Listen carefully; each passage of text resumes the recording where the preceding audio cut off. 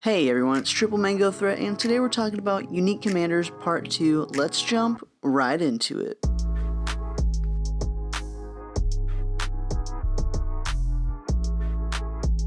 So you guys loved my last video, even mentioned some commanders that I missed, so let's cover those real quick. So first let's talk about Gore Maldruk and Feminologist for 1 green blue. It's a 3/2 human scout. You and permanents you control have protection from salamanders. At the beginning of your end step, each player who controls the fewest creatures creates a 4/3 blue salamander warrior creature token. So if you're like me, initially I thought this was a really weird commander, and I'm like, how would this even work? Well, turns out there's a lot of cards that can make this deck actually really fun to play. Image Crafter, it costs 1 blue, it's a 1/1 wizard. We can tap it, choose a creature type other than legend or wall. Target creature's type becomes that type until end of turn. Well, we can make it a salamander. And since us and our permanents have protection from salamanders, our opponents have no other choice than to hit our opponents. And you're going to find a lot of cards that can make this happen, such as Mistform Mutant. For 6 mana, we get a 3/4 Illusion Mutant. We can pay 1 and a blue to choose a creature type other than legend or wall. And again, that can become a salamander, so we'll have protection from those creatures. A really sweet card is Peer Pressure. For 4 mana, it's a sorcery. We can choose a creature type, so let's choose Salamander. If you control more creatures of that type than any other player, you gain control of all creatures of that type. So if we control 3 or 4 Salamanders, and our opponents maybe only control 1 creature, and we happen to make them a Salamander that turn, we now have control of all of their creatures as well. Now, a silly card is Coat of Arms. If we make all of our opponents' creatures Salamanders, they're going to be huge creatures because they get +1/+1 for each other matching creature that shares a creature type. So if there's 3 salamanders on the battlefield, each of them will get +2/+2. So whatever the total number of the creature type is, just subtract 1 and that will be the bonus that they get. A great way to draw cards is Edric Spymaster of Trest. Whenever a creature deals combat damage to one of your opponents, its controller may draw a card. So this is not only going to promote us to draw cards, but our opponents, most importantly, because salamanders aren't going to be able to do anything to us, so they're going to want to swing at their opponents, and now we're promoting card draw if they make contact with them, so our opponents are going to die much faster, and we have the possibility of drawing cards as well.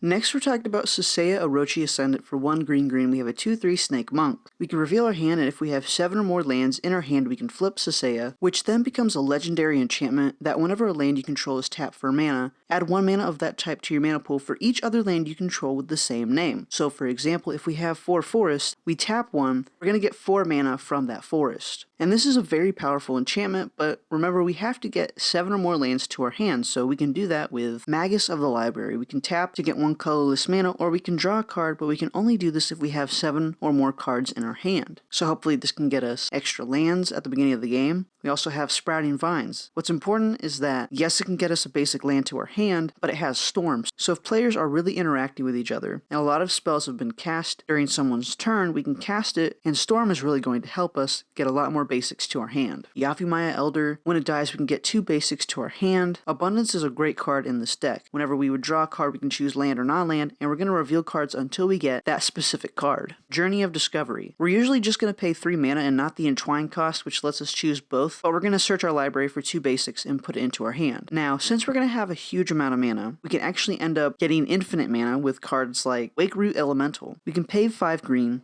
to untap target land we control. Well, if we have 6 forests out, we can tap 1 forest for 6 mana, pay 5 to untap a land, and then we'll just have 1 additional green every time, so we're going to have infinite green mana. And when we have infinite green mana, we can start spending that with cards like Jade Mage and Ant Queen. This is just 2 or 3 mana to make a token, and then we can have infinite tokens. We can also use Genesis Wave to reveal the top X cards of our library. Well, if we have infinite mana, we're just literally going to put our deck onto the battlefield. And then we can also win the game with cards like Helix Pinnacle. For 1 green, it's an enchantment that has Shroud, so we can't target it, and neither can our opponents. We can pay X mana to put that many tower counters on Helix Pinnacle, and we win the game if we have 100 or more tower counters on it at the beginning of our upkeep. So this is a really cool deck, especially if you want a huge amount of mana. I really recommend this one. Next, we're talking about Marchessa the Black Rose. For 1 blue, black, red. It's a 3/3 human wizard with Dethrone. Whenever this creature attacks the player with the most life, or tied for the most life, put a +1/+1 counter on it. Other creatures you control have Dethrone. And finally, we have whenever a creature you control with a +1/+1 counter on it dies, return that card to the battlefield under your control at the beginning of the next end step. So we could attack the player with the highest life total, or we can have ways to put counters on our creatures already. One of the best cards in this deck is Unspeakable Symbol. For 1 black, black. It's an enchantment. We can pay 3 life to put a +1/+1 counter on target creature. So if our creatures don't have haste, we don't have to wait an extra turn to be able to protect impact our creatures. And if our opponents try to destroy our creatures, in response we can pay 3 life and put a +1/+1 counter on our creatures to make them come back the next end step. So a great creature to have +1/+1 counters on is Mulldrifter. When it enters the battlefield, we can draw 2 cards. Well, if we put a +1/+1 counter on it, and it dies, we can then have it enter the battlefield at the next end step. This can be ours or even our opponent's end step. If you're looking to steal your opponent's cards, 2 great options are Gonti, Lord of Luxury, and Hostage Taker. When they enter the battlefield, we can start taking our opponent's cards. So Gonti's going to let us look at the top 4 of our opponent's cards. We can take one, and the rest are going to go randomly on the bottom of their library. We also have Hostage Taker. This can take any artifact or creature that's already on their battlefield, and we can then cast it again for any mana of any type. If it were to leave the battlefield, we would have to return that spell back. But if we cast it before it leaves the battlefield, then there's no valid target for it. Once we cast that spell, we can then sacrifice Hostage Taker and keep repeating this over and over, taking their artifacts or creatures that are still on their battlefield. Disciple of Bolas is another great way to draw cards, and it's going to be able to help us sacrifice our creatures so they can again enter the battlefield and we can get even more value. So when this enters the battlefield, we can sacrifice another creature, we gain X life and draw X cards, where X is that creature's power. So if we sacrifice Mulldrifter, we can gain 2 life, draw 2 cards, and then at the next end step, if Mulldrifter had a +1/+1 counter on it, it's going to come back to the battlefield. We're going to draw an additional 2 cards. A little bit of a slow way to ramp is Burnished Heart. We have to pay 3 to cast it, pay another 3 to sack it, and get 2 basics on the battlefield tapped. Well, if we're able to put a +1/+1 counter on Burnished Heart, we can then pay 3, sack it, get 2 basics, and we can keep doing this over and over. And a great sack outlet for this deck is Ashnod's Altar. We can sacrifice a creature, get 2 colorless mana, which can then help us cast another spell or even put mana into Burnished Heart to then sacrifice that. Now, my favorite card in this type of deck is Molten Primordial. It costs 7 mana, but wait for this. It has haste, it's a 6/4, so already it's a huge creature. When it enters the battlefield, for each opponent, gain control of up to 1 target creature that player controls until end of turn. Untap those creatures, they gain haste until end of turn. We can end up taking a lot of creatures with Molten Primordial, especially if it has a +1/+1 counter, and we can do a lot of damage if our opponents have really good creatures on their battlefield. So this goes to show you don't just have to have combat in order to have +1/+1 counters on your creatures. If you want a little bit of a different Grixis type deck, this is a great option for you. The next commander we're talking about is Urta the Corrupted for 2 white, blue, black. It's a 3/4 wizard, and it has an interesting ability. We can pay a blue, tap Urta, and sacrifice a creature or enchantment, counter target spell. So initially when I saw this commander, I thought it was a little weird. Why does it want us to sacrifice creatures and enchantments? And most importantly, how can we abuse this? Reassembling Skeleton. People don't think much of this card, but it's actually really powerful in this deck. It costs 1 and a black for a 1/1 skeleton warrior, but the ability it has is for 1 and a black, we can return Reassembling Skeleton from our graveyard to the battlefield tapped. So this way we're always going to have a way to sacrifice a creature with our commander, and we're going to be able to counter whatever spell we need to. We can also untap our commander with cards like Fate Stitcher. So if we really need to and we have that extra blue mana, we can counter another spell, maybe sacrifice another card like Reassembling Skeleton or whatever other sack fodder we may have. Some of the weird enchantments we can sacrifice is Treacherous Blessing for 2 and a black. It's an enchantment. When it enters the battlefield, we draw 3 cards. Whenever you cast a spell, you lose 1 life, and whenever Treacherous Blessing becomes the target of a spell or ability, we have to sacrifice it. So we can already sacrifice it anyways with our commander, but more importantly, when it enters the battlefield, we can draw 3 cards. And if we need to get that card back, we have cards like Hannah's Ship's Navigator. For 1 white, blue, we can return target artifact or enchantment card from our graveyard back to our hand. So if we need to draw another 3 cards, we're going to have to pay 6 mana, but we get a lot of value just by sacrificing our creatures and enchantments with our commander. We can make all of our permanents enchantments in addition to the types with cards like Enchanted Evening. So now we can start sacrificing our lands, our artifacts, whatever we need to counter whatever spells that are going to mess with us. We can draw a lot of cards with Mesa Enchantress, because whenever we cast an enchantment, we're drawing a card. We can cast things like Induced Amnesia. For 2 and a blue, it's an enchantment. When it enters the battlefield, target player exiles all cards from his or her hand face down, then draws that many. When Induced Amnesia is put into the graveyard from the battlefield, return all the exiled cards to their owner's hand. This can be a lot of card draw. We're technically not drawing the cards that are put back into our hand, but this is a really cool way to get more cards to our hand, especially because we're going to need things to sacrifice anyways. This just works perfectly. Hatching Plans. When it's put into the graveyard from play or when it's destroyed, we can draw 3 cards. nice. And the last card I want to talk about, which is really sweet, is Lol Mage Mentor. For 1 and 2 blue, it's a 2/2 Merfolk Wizard. Whenever a spell or ability you control counters a spell, you may put a 1/1 blue Merfolk creature token onto the battlefield. We can tap 7 untap Merfolk we control to counter a target spell. So again, more ways to counter spells, and it's sack fodder for our commander, because remember, we can sacrifice a creature to still counter a spell. So this is just a great card in the deck. If you're looking for a really unique commander, this is the one for you.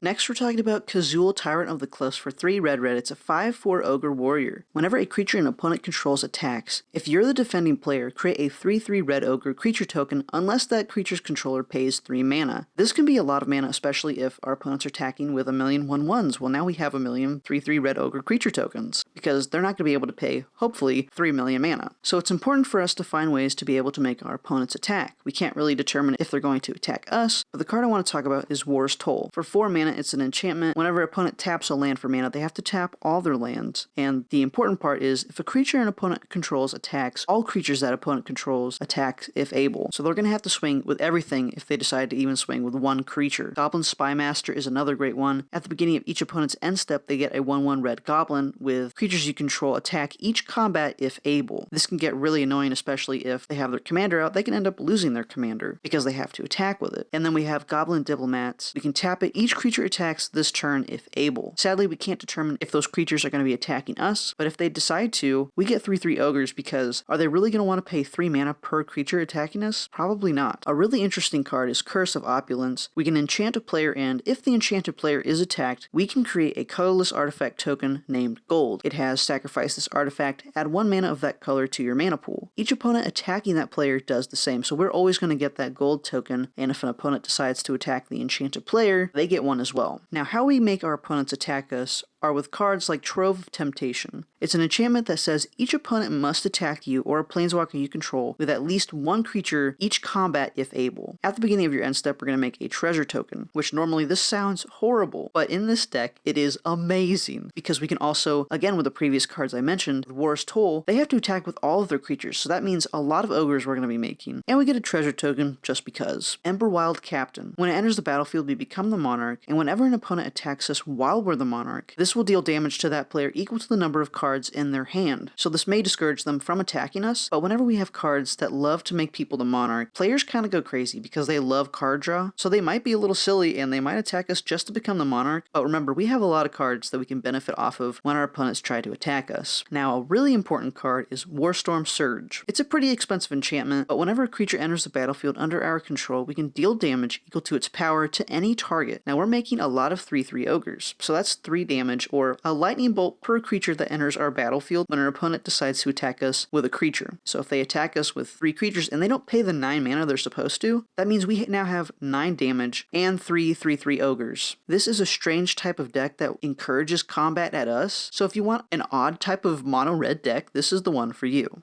Next, we're talking about Vollrath the Fallen. For 3 black. It's a 6/4 shapeshifter, and for 1 in a black, we can discard a creature card from our hand, and Vollrath is going to get +X/+X, where X is the discarded card's converted mana cost. So how you can build this is creatures with huge CMC, so Baleful Force. And what's really nice is if we end up casting it instead of discarding it, we can draw a card at our upkeep and lose a life. So this is Phyrexian Arena on a creature, Pestilence Demon, another huge CMC creature, and it also has Pestilence on itself. For 1 black, it can deal 1 damage to each creature and player. Phyrexian Triniform. This was printed in Commander Legends. When it dies, we can create 3 3/3 colorless Golem artifact creature tokens, and also has Encore for 12, which is nice if we discard it with Vollrath, because we can end up using its Encore for the 12 mana. River Demon, an 8 CMC creature. When it enters the battlefield, if we didn't cast it from our hand, we can destroy all non-artifact, non-black creatures, and they can't be regenerated. Now, a huge CMC creature is Draco, so if we discard this, our commander is going to get +16/+16. So we will be able to actually kill somebody with commander damage if we discard this card just for 2 mana. I'm not even going to read what it does. It's a 16 CMC creature, and this will help us win with just commander damage. Now, if we want to make our commander unblockable, we have cards like Whisper Silk Cloak, which it can't be blocked, and it has Shroud, so we can't target it, and more importantly, our opponents can't target it as well. Tainted Strike is another way to actually win the game. We can give our commander Infect until end of turn, so now it has 7 power with this +1 from the card. We just need to discard a creature with 3 CMC 3 or greater, and we can win the game with this. A really cool card in the deck is Strands of Night. For 2 black, it's an enchantment. We can pay 2 black, 2 life, sacrifice a swamp, we can return target creature from our grave to the battlefield. So if we need those huge creatures we're discarding, we do have to pay a pretty hefty price of 2 mana, 2 life, and sacrificing a swamp, but this is so powerful, I really think it's worth it. And then also we have Phyrexian Reclamation. We can pay 1 and a black, 2 life, and return a creature card from our graveyard back to our hand, so maybe it's another way to buff up our commander by discarding another huge creature. And last, let's talk about Dauthi Embrace, another way to make our commander unblockable. We can pay 2 black to give target creature shadow until end of turn, which means they can't be blocked unless the creature that's blocking them also has shadow. So if you're looking for a deck that abuses huge CMC creatures and it's a Voltron deck, this is the one for you. One of my favorite unique commanders is Shirai Shizo's Caretaker. For 4 and a black, it's a 2/2 spirit, and it says whenever a creature with power 1 or less is put into your graveyard from the battlefield, you may return that card to the battlefield at the beginning of the next end step if Shirai Shizo's Caretaker is still on the battlefield. This deck is literally the definition of value. It takes advantage of creatures with power 1 or less, and it does this a lot with Dusk Legion Zealot. So when this enters the battlefield, we draw a card and we lose a life. But imagine repeatable card draw with a sack outlet. So now we have Smothering Abomination. At the beginning of our upkeep, we sacrifice a creature, and whenever we sacrifice a creature, we draw a card. It can't just be destroyed, it has to be sacrificed. So we sacrifice Dusk Legion Zealot. And at the next end step, which could be our end step, this will enter the battlefield again. We're going to draw a card and lose another life. Burglar Rat, when it enters the battlefield, each opponent discards a card. Well, imagine doing this on everybody's turn, because Shirai cares about the next end step. So this is everybody's end step. So when we have a sack outlet, this gets insane, especially with Serrated Scorpion. When it dies, it deals 2 damage to each opponent and we gain 2 life. So imagine 1 turn cycle, each opponent loses 8 life and we've gained 8. That's 24 damage when we have 3 opponents. Grim Haruspex is another great way to draw cards in this deck because we really care about non-token creatures dying. And there's going to be a lot of them in this deck, especially with Perilous Mirror. When it dies, we can deal 2 damage to any target. So now if there's a pesky creature on our opponent's side, we can take care of that as well. Sky Scanner, when it enters the battlefield, we draw a card. Well, imagine drawing a card on each turn, so we draw 4 cards in 1 turn cycle, and that's very powerful, especially with Viscerous here. We can sacrifice a creature and we get to scry one. When we scry a couple times in 1 turn, it's as if we've drawn a card. And another powerful one is Weaponcraft Enthusiast. It has Fabricate 2, so when this enters the battlefield, we can put 2+1/+1 counters on it, or we can create 2 1/1 colorless servos. So now we can have a huge amount of tokens, or even ways to scry with Viscerous here. But more importantly, we're going to be sacrificing Weaponcraft before each end step, so on the second main phase of everybody's turn, and we can get 2 colorless servos every single time. The last card I want to mention is Desecrated Tomb. So this is an artifact that costs 3 and says whenever 1 or more creature cards leave your graveyard, create a 1/1 black bat creature token with flying. The crazy thing about Desecrated Tomb and Shirai Shizo's Caretaker, normally you just get 1 black bat creature token from Desecrated Tomb, but Shirai words it where for every creature that we get back from our end step, we get 1 black bat creature token. So if we have 5 creatures come back to our battlefield, that means 5 more black bat creature tokens on our battlefield as well, which is more sack fodder, more ways to deal damage to our opponents. This deck has the most value in my opinion out of all of these, so if you're not sure which one to build, this is a great one to start at. Next, we're talking about another deck that loves combat. It's Tongarth First Mate. For 2 red-green, it's a 5/5 Minotaur Warrior. Tongarth can't be blocked by more than 1 creature, and also it has, whenever an opponent attacks with 1 or more creatures, if Tongarth is tapped, you may have that opponent gain control of Tongarth until end of combat. If you do, choose a player or planeswalker that opponent is attacking. Tongarth is attacking that player or planeswalker. So this deck is also similar to Kazuo. We want ways to make our opponents attack beyond their control. So Warmonger Hellkite. All creatures attack each combat if able, and we can make it where the attacking creatures get +1/+0 just for 2 mana, so we can end up helping our opponents kill another one of our opponents. And we can also toss our commander in there to deal 5 commander damage, and it can't be blocked by more than 1 creature, so hopefully they won't be able to kill our commander. And we can always protect our commander with cards like Darksteel Plate. It's an indestructible equipment, and it can make our commander also indestructible if we equip it for 2 mana. Now, how we can promote combat in other ways is Shiny Impetus. This is an aura that can enchant a creature. It's going to get +2/+2, and it's goated, so it attacks every combat if able, and it attacks a player other than you, which is really nice if possible. And whenever it attacks, we're going to create a treasure token. Now, an important note is that whenever we equip things that say whenever this creature attacks, we don't really want to put it on Tongarth because we don't get the benefit of his second ability, which is whenever an opponent attacks, we can have Tongarth join in as well. We don't get that attack trigger from him because they've already declared attacks and then he gets to join along as well. So we want to enchant a creature our opponent already already has, and so that way they're always going to be able to attack and hopefully not us. And we also get a treasure token, which is really sweet. Rogue's Glove is going to make it where if our commander does deal combat damage to a player, we get to draw a card. Rite of the Raging Storm is going to make it where our opponents are going to get a 5/1 with trample until end of turn. They can't hit us, and hopefully they're going to be able to swing at our opponents. So that's another way we can also win. Our opponents are just hopefully hitting each other. And last, we can buff up our commander with cards like Skarg the Rage Pit. We can always tap it for a colorless, or we can pay a red and green to give target creature +1/+1 and trample, which our commander doesn't have. So this is very nice to also add to it. Now it's a 6/6 with trample and can't be blocked by more than one creature. So if you want to promote even more combat and be able to have your commander join along, this is a great one for you.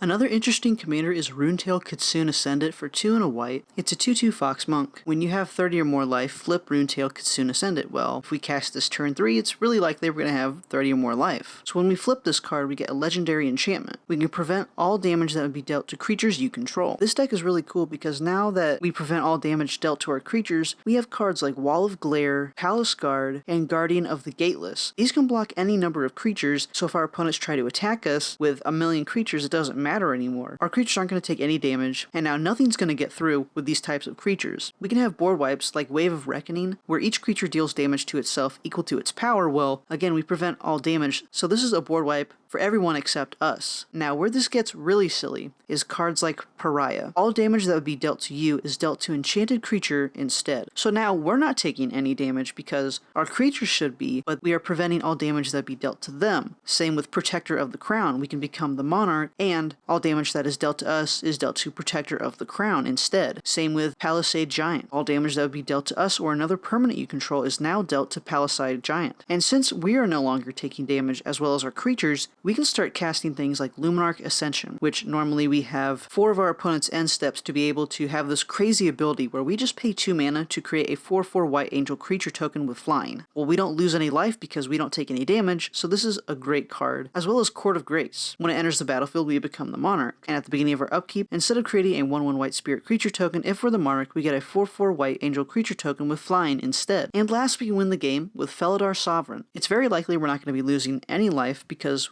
we no longer take the damage, and neither do our creatures, so at the beginning of our upkeep, if we have 40 or more life, we're going to win the game. So if you don't like taking damage as well as your creatures, this might be the deck for you. Next, we're talking about Vati Ildal for 2 black and green. It's a 3/3 human warrior. We can tap Vati, and until end of turn, target creature has base power or base toughness 1. When it comes to this deck, we're going to be choosing base toughness 1. And the reason why that is because we have silly cards like Knight of Souls Betrayal. This is an enchantment where all creatures get -1/-1. Whenever we give target creature base toughness 1, they're now going to die due to this. Same goes for Karavek the Spiteful. Other creatures get -1/-1. And then we have Ascendant of Evan Carr. Other black creatures get +1/+1. Non-black creatures get -1/-1. So if their creature happens to be a non-black creature, this will also kill them as well. And we can start drawing cards when our opponent's creatures die with cards like Death Reap Ritual. It has Morbid, which means at the beginning of each end step, if a creature died this turn, you may draw a card. So we can start drawing a lot of cards at everyone's end step. We can even repeat our commander's ability with cards like Instill Energy. It's an enchantment aura that can make it where we can untap our commander for 0 mana, but we can only use this during our turn and only once each turn. So we can at least get our commander's ability off 2 times. A very powerful board wipe is Massacre Worm. When it enters the battlefield, creatures your opponents control get -2/-2 until end of turn. So this is a small board wipe, but whenever a creature an opponent controls dies, that player loses 2 life. So this is besides the board wipe when it enters the battlefield. So anytime a creature our opponent controls dies, this can be from our commander, they're going to lose 2 life. We also have Pestilence, where we can pay 1 black to deal 1 damage to each creature and player. So again, this is another way to keep destroying our opponent's creatures. Soul Snuffers is going to make it where when it comes into play, we can put a -1/-1 counter on each creature. And Staff of Nin is really good in this deck because we can tap it to deal 1 damage to any target, and we can also draw a card at our upkeep.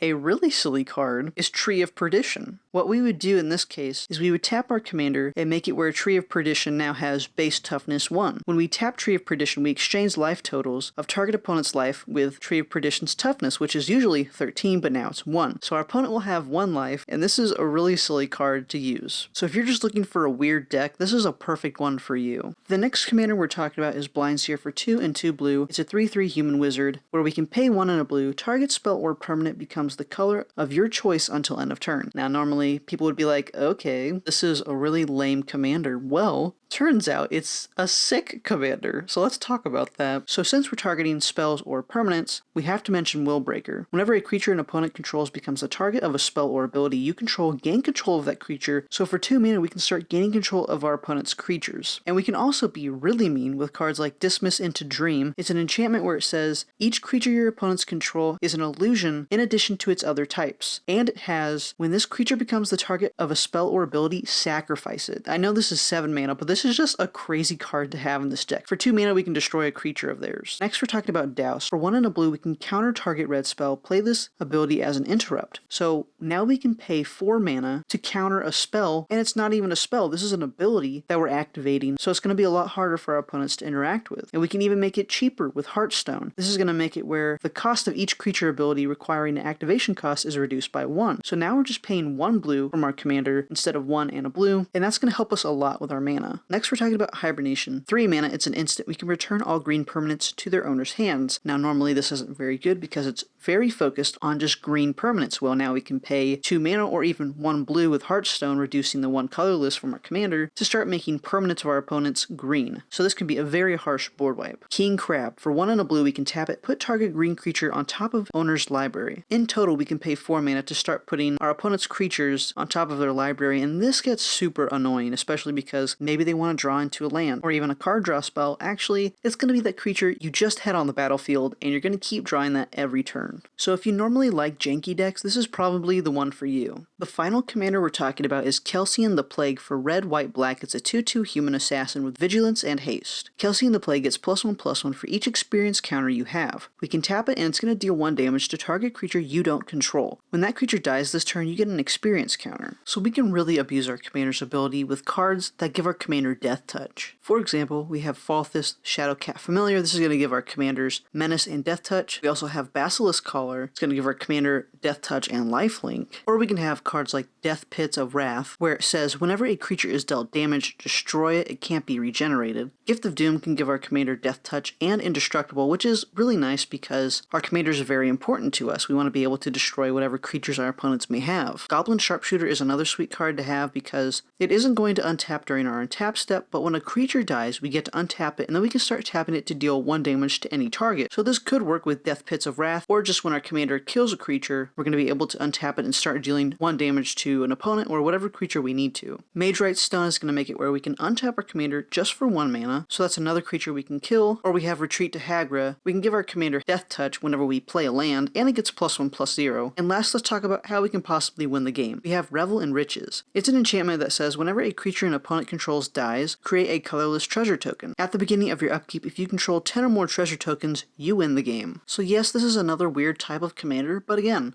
these are all unique commanders that you usually don't see played, or they differ from what their colors normally do. Thank you all so much for watching. If you'd like any of these unique commanders, you can purchase them with the TCG link down below. It will help out the channel at no additional cost to you. If you'd like Ultra Sleeves, you can use the coupon code TripleMangoThreat to get a 5% discount on your sleeves. If you'd like to become a patron, you can receive rewards like seeing your name at the end of the video, or have a deck tech video made just for you. Be sure to comment below if I missed any sweet commanders, and subscribe for more Mango content. I'll see you all in the next one. Peace.